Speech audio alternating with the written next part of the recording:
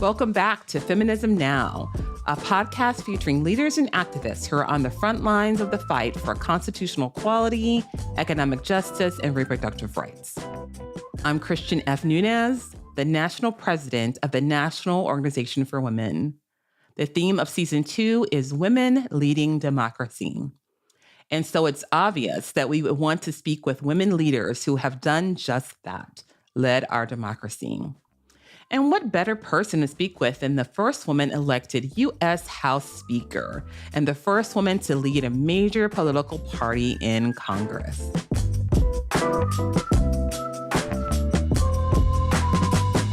Many people might have grown up feeling like life in the United States was solid, predictable. Many of us, white women, people of color, the LGBTQIA community, and many other marginalized groups, knew we didn't have all the rights and all the choices that we deserved. But we knew one thing. We knew we lived in a democracy that if we put up and voted for candidates who would stand up for us, we would in time see a better world. Lately, that doesn't feel true. Democracy has begun to feel shaky and frail. That's why I'm especially excited and pleased to be here with you today and help us welcome Speaker Emerita Nancy Pelosi. She has made amazing history in 2007 when she was elected the first Speaker of the House of Representatives and one of the chief architects behind the Affordable Care Act. You know, you all know who she is. She has done amazing things in Congress. She has also helped pass the Lead-Better Act of 2009. She's an advocate for child poverty. She's worked on prohibiting sex-based wage discrimination. She's helped be insurmountable changes for us in this Congress, in our country. Please help me welcome Madam Speaker Pelosi to Feminism Now. Thank you for being here, Madam. Thank you so much, Christian. You said you were excited for this podcast. Well, I'm excited too. You know why? Now endorsed me when I ran the first time. And not every women's group did. They endorsed some men, if you can imagine that. But in any event, Now has been there from the start, not only politically endorse her, but an inspiration, an intellectual resource, a mobilizing resource, and the rest. So I'm always faithful and loyal to Now. And I'm so proud of you as the youngest leader of Now, as well as the second African-American. So important right now to have your youth, your diversity, and the rest at the head of this very, very important organization. Well, I thank you so much for that. And just want you to know Now is still with you, and we will still be there to support you in any way we can. But I want us to get in this conversation. I tell everyone right at the beginning, I'm a truth teller, and I know you are a truth teller. And that's why I'm so excited to have you on this podcast. We have been really watching so much go on in our world, in our country. And we can say that so much has been happening where people are really feeling like democracy itself is more frail than ever before. Do you agree with the sentiment? And what do you feel? And if you do agree with it, what do you feel is contributing to the frailty of our democracy right now? Well, I think you're right. There is a frailty to our democracy. It is always something that we have to be vigilant about, but really points out the real necessity for feminism now, because my hopes are riding on women playing a more leading role, women, young people, people of color, the diversity. And that is what has contributed to some of the insecurity on the part of other people. They are afraid of globalization, they're afraid of innovation, they're afraid of immigration, they're afraid of LGBTQ, women playing more leading role, diversity is threatening their, shall we say, preeminence. It's sort of a white man kind of insecurity, if I just may. And that has been an opportunity for people like, what's his name, who used to be president of the United States. I hesitate to use his name, DT. And he has preyed on that. He didn't create it, but he normalized it, and he generated that insecurity among people. And that has been a dividing force in our country. So we have to, as I say, our diversity is our strength. Our unity is our power. And we have to work together to protect our democracy. I think one path to unifying is to have a strong economy that includes everyone.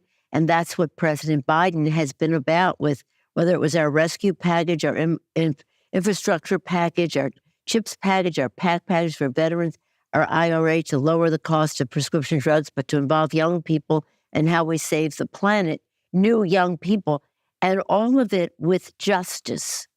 In the infrastructure package, billions of dollars to go specifically for environmental and infrastructure justice. Same thing with some of the other bills, including IRA, called the Inflation Reduction Act, but about justice. So the way we will make our democracy stronger is to make our democracy stronger. In other words, to reduce the role of big, dark money in politics, to elevate the grassroots involvement in it, to stop partisan redistricting, to, again, pass the Voting Rights Act. And John Lewis's bill, the Voting Rights Act is named for John Lewis, but the bill to stop voter suppression and the rest is one that he wrote the first 300 pages of. So again, how we make our democratic system more, shall we say, true to the aspirations of the people so that they know that their vote counts, that their voice is important, and it's just not big, dark money calling the shots. That's why we have to win the election with enough votes in the Senate to overturn the filibuster rule so that we can pass the John Lewis Voting Rights Act as well as the For the People Act. Yeah, thank you for saying that. I want to go back to a couple of things that you mentioned at the very beginning is what you said, because that really summed up a lot for us. You said that what we're seeing and part of the reason why our democracy is seen as frail is because white patriarchy, right? There's some misogyny, there's some fear of inclusion. They're afraid of this progression. They're afraid of the power of the diversity and difference of everyone and what the capabilities we have seen happen from people shifting. And what we need ultimately is that equality and that justice to happen, but that can't happen without equity. But we have seen, and since Biden-Harris administration, they have really been investing in equity in so many of the different packages. And you all have been really investing in equity in so many of different acts that you've been doing, which is what I feel is very different from a long time I've seen. It's just really investing in equity and truly understanding that you cannot have equality without equity. Would you agree that that's been a big part of the investment? Yes, absolutely. And again, as you're speaking, I'm thinking of what we need to do. We talked about what we have done, but there's some things that have not been done. And for us to have that equity, whether it's just environmental justice, social justice, economic justice, gender equality, just whatever it is, we have to pass specific legislation to enable. For example, maternity mortality, which affects the African American community very directly. We have a whole slew of legislation put forth by many of our African American members, but really embraced by our entire caucus. Elma Adams of North Carolina has taken the lead on this. This is an identifiable problem in our society, and there are answers to it. And there's resistance to passing, and that's why we want to build the outside mobilization for these things. It's there because people know. The other thing is these things have to happen for women. We have to have affordable childcare. We have to have family and medical leave. We have to have home health care. So it's not just about children and that, it's about a sibling, a parent, or something, so that women can be in the workplace present without worrying about, oh my gosh, we always worry about our family, but not worrying that a child is in danger or a family member is going to fall down because nobody is there. And as we have that home health care, we have to, and the child care, we have to invest in it. We have to have the resources, the good pay, good training, good safety for it all. And that, in my view, unleashes the power of women in a stronger way in the workforce to be there, to take leadership roles, to take a command of a lot of it. Because some of this is cultural. Then it was the three G's, gays, guns, God, and that's what they call abortion, God. And for them, it's God, right? They don't feed the children once they're born, but they call that God. So we have that big those big challenges. And quite frankly, in my view, they're exploiting the religious issue on the abortion. I mean, I'm a devout practicing Catholic, all the rest of that. But give me a break, with these bills, in vitro fertilization, when we're talking about that, when we're talking about a woman's right to choose and the rest of that. God gave us a free will to honor our responsibilities. It's not up to any politician to do that. So again, these things that relate to women's freedom and women's liberation to be able to be in the workforce. And I do believe that it is an answer. When I was very young, there was something that people talked about, women's intuition, a mother's intuition. You have to act. You have to act. You can't think about it. You have to act. And that is what leaders need to be doing, is acting instead of letting other people diminish the initiative because you're thinking about it. And women know. I mean, we're multitaskers and all the rest. We know we have the courage, the confidence to act. And I think going off of that, the women do know. So it's really important that we are asking women what they need that's going to give them a full, sustainable life, right? It's not leaving them out of the conversation. It's not leaving them out of the process of developing this legislation, these policies. It's making sure that you're going to those communities that are directly impacted and making sure that their voice and their narrative and their experience is really heard. So there is no disconnect, right? So there is no disconnect. That's central to it, is don't let me, and that's up to anybody to tell anybody what they need. We have to hear from people. And that applies to almost everything. When we're talking infrastructure, to go to the community, what do you want? In the past, they built freeways to divide communities. We want to break that down to unite communities, but let's listen to the community. And in our community in San Francisco, we are very, shall we say, proud of almost everything. I went to Baby Hunters Point the other day about the Baby Hunters Point Center, which is relatively new. And the community had say in every aspect of it. When we do housing, when we do transportation, we do every aspect of same thing on things that relate to childcare, healthcare, women's right to choose, and the rest of that.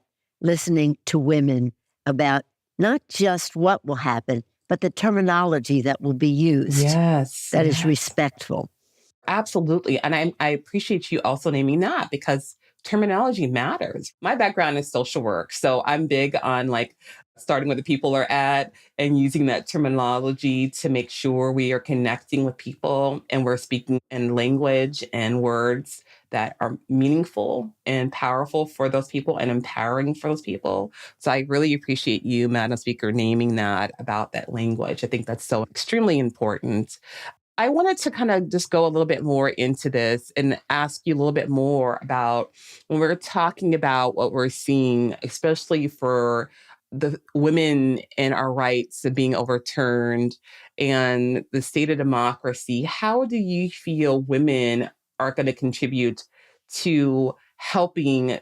I want to put it past saving democracy, but saving democracy, but also rebuilding democracy to the democracy that we truly envision. That is absolutely has to be the goal. To leapfrog, it's not about incrementalism or returning to something. It's about how we go forward.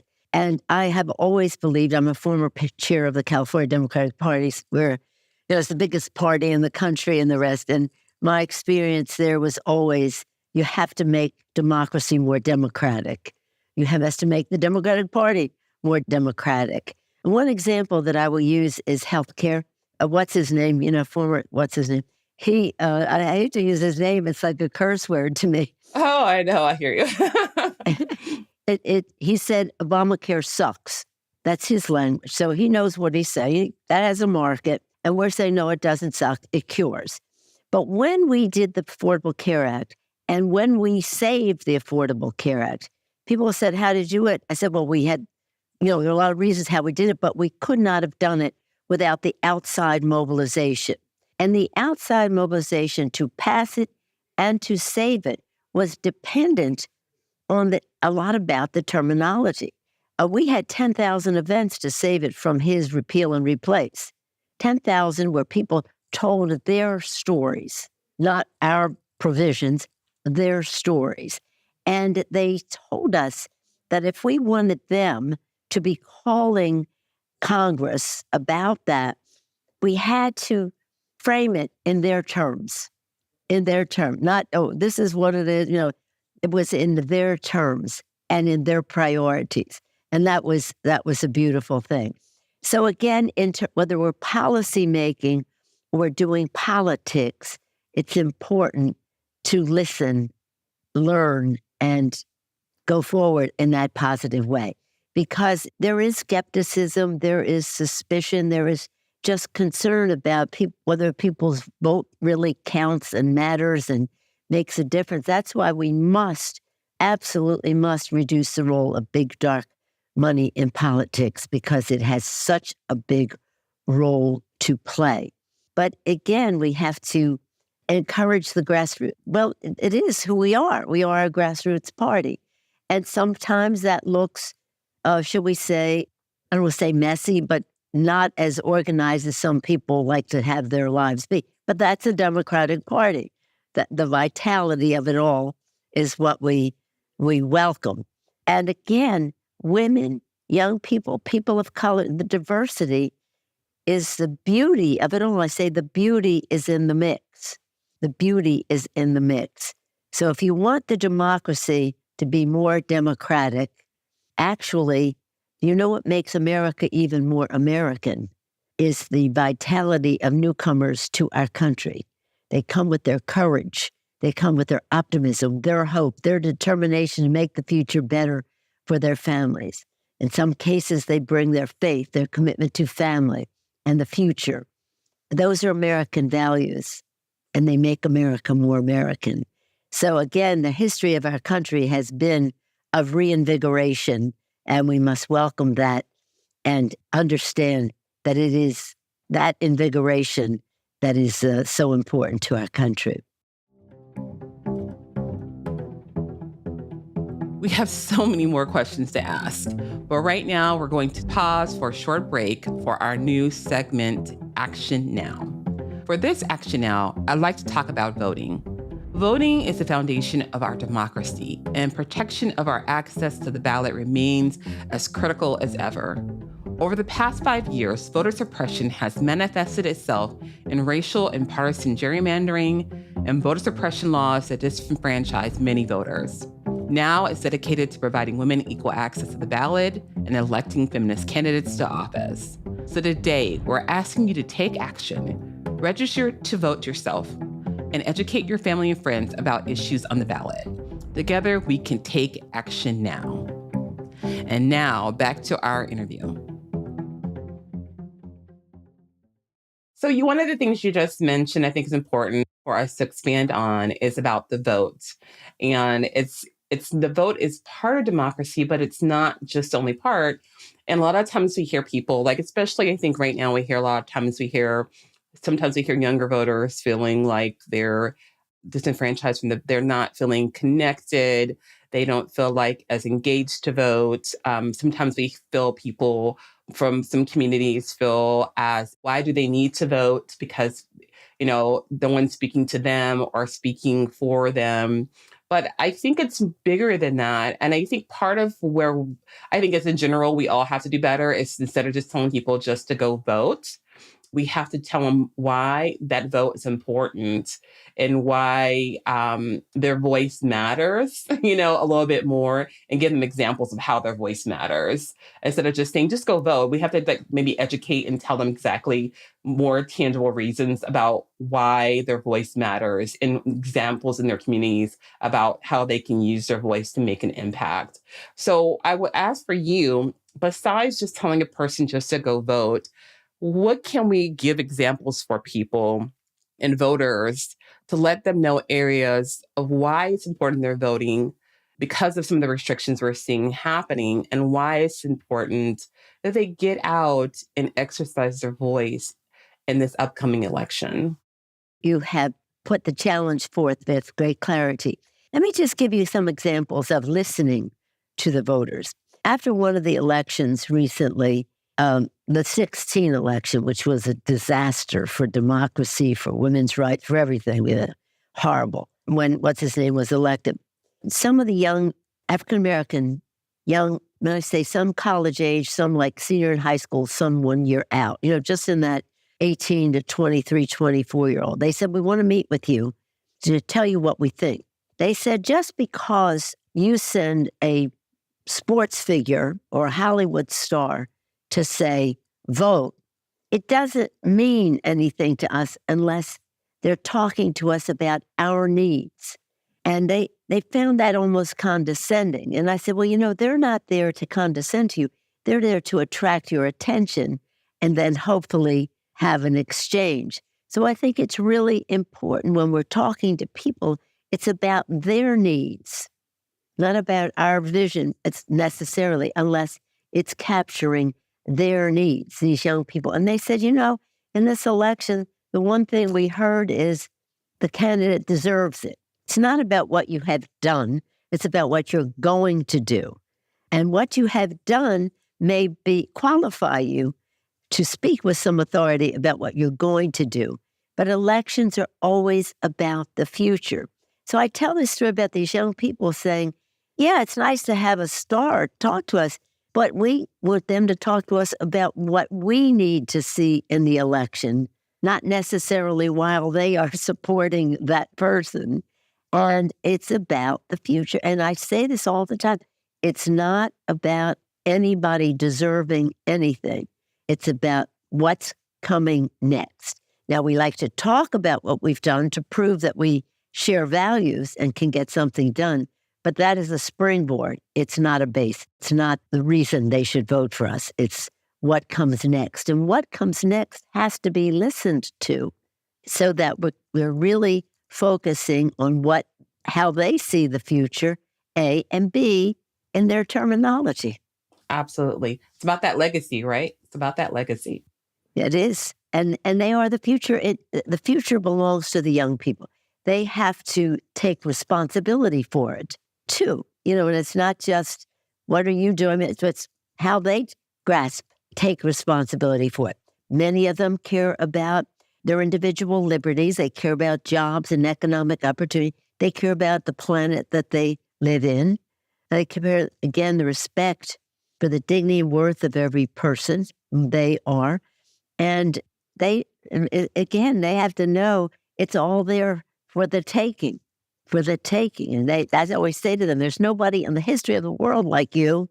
You are so special. Know your power and use it as you join with others around ideas for the future. Be yourself. Know your why what you want to see in all this, why, know what you're talking about, join with friends, embrace the future. Well, I think I was going to ask you what your call to action was. But do you have any other call to action? Because I think that really sums it up for us, really, truly, is be yourself, know who you are, embrace the future, and get out there and do the work. Would you have any other call to action that you would like our listeners to know or to act on that you feel will be very important for us as we move forward in embracing this to help us all be a part of this relationship we need to build the democracy that we're looking for? It's important for everyone to understand that elections have ramifications. It's a very big difference between Democrats and Republicans at this time. I wish it weren't so drastic, but it's very drastic. And then you hear them talking about life begins at conception or something like that. And it's like, 125 members of the House are co-sponsors of that. Doesn't mean it doesn't even have more than that. 8 members of the Republican Party voted for women to have access to contraception. 8. That means 195 of them voted against women having access to contraception. So we're talking about a big difference in your personal life. Disrespect for your ability to make your own decisions in this regard. And those very same people, in many cases, don't want to feed children. They say don't believe in what they call welfare. But no, it's feeding children. Imagine there are governors in the state which will not accept the free package of food that is part of our legislation because they don't believe in welfare, to feed children. So I say this because I don't want to be a fearmonger, but I think it's really important for know that elections have ramifications. So again, know your power in terms of engaging in the elections, but not just as a foot soldier, but as a person who is helping to establish the priorities. There are a lot of challenges. What are the priorities? So know your power in prioritizing, know your power in building support, and know your power in winning elections, and then having the impact of your responsibility for that success recognized by people. Again, Lincoln said public sentiment is everything. With it, you can do almost anything. Without it, practically nothing. Also, I say nothing is more eloquent to a member of Congress than the voice of his or her own constituents. So weigh in. And if they are not with you, then maybe they need to be replaced. Maybe they need to replace. So anyway, the call to action is know your power in terms of policy, know your power in terms of politics. And elections are very important.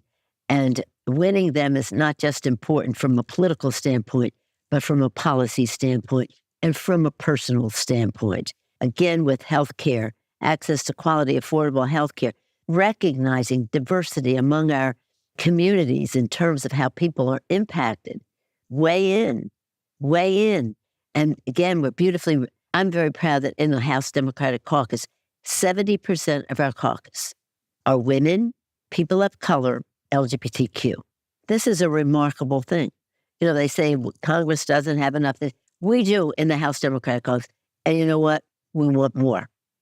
We want more. And that's as we reach out for that, I'm saying to people, have the courage to run yourself, because you are very special and will make a very big difference. Speaker Emerita, thank you so much for being here with us today. We appreciate your continued leadership and your support for American women and support for this country. Listeners, please make sure you're out there voting, weighing in, knowing the policy, knowing the politics. Kristen, thank you for your tremendous leadership. We're so proud of you. Thank you. Thank you so much. Thank you, listeners, for being with us as we use season 2 of our podcast to showcase people making a real difference to women and their allies in democracy. Stay tuned for our next episodes as we cover the issues that affect women most: childcare and voting rights, reproductive justice and gun violence, the rise of Generation Z, and the need for healthcare for all, from affordable prescriptions to gender-affirming care. This podcast, Feminism Now, is a production of the National Organization for Women and Vox Topica. I'm Christian F. Nunez, NOW's national president.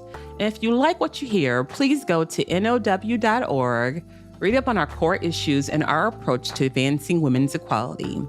And get involved. We'd love to hear from you. Send your thoughts to feminismnow@now.org. Thanks for listening, and we'll see you soon.